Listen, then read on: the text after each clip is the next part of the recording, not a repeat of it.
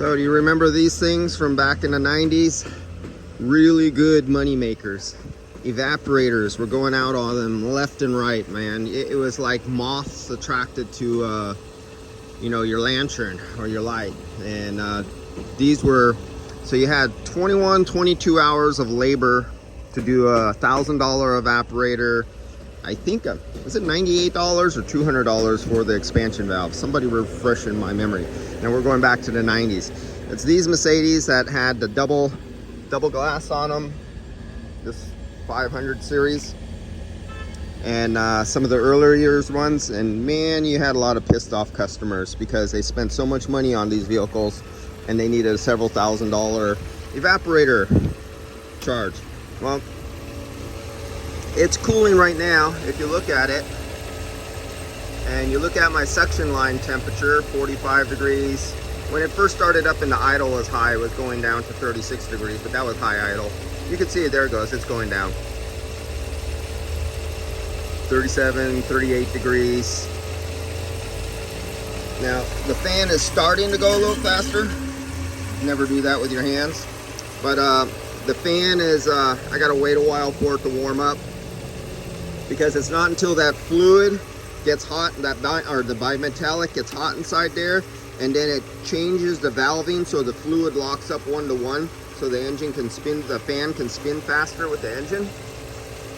And you'll see what a great difference it makes on the superheat and subcooling with airflow.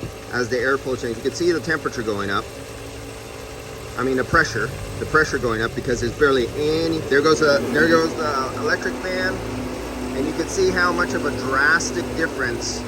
Electric, look at negative subcooling. Airflow is king when it comes to vehicles. And a vehicle, especially the later ones, would have variable displacement compressors, and you have variable fans. You have a fan, especially when they get old, that you cannot compensate for, because the CFM quantity of air over a thermal flow clutch will always change, so you never know if it's right or not. So using superheat or subcooling is a problem.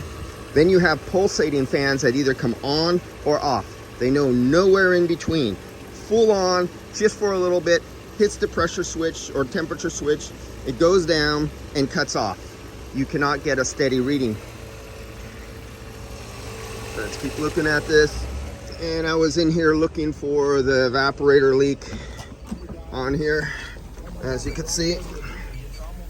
And we're clean, well, fairly clean. I did pick up 1 or 2 parts per million. Apparently it's slow over a long period of time. And this is clean. This is super clean interior. I mean, this thing's immaculate. Holy moly, look at that. Look at this, how clean. Even the handles are in good condition. The floor mats, everything. This thing is, how many miles are on this? 56,000 miles. And for those of you who want to know, it is 1996. So I'm going to cut this off now. And I was already going around leak checking the thing, looking for obvious signs of leaks. And I'm going to recover it, and it's going to show that it's most likely low. Looking at that subcooling right there, it's low on refrigerant according to the subcooling. And we'll go from there and we'll see what happens.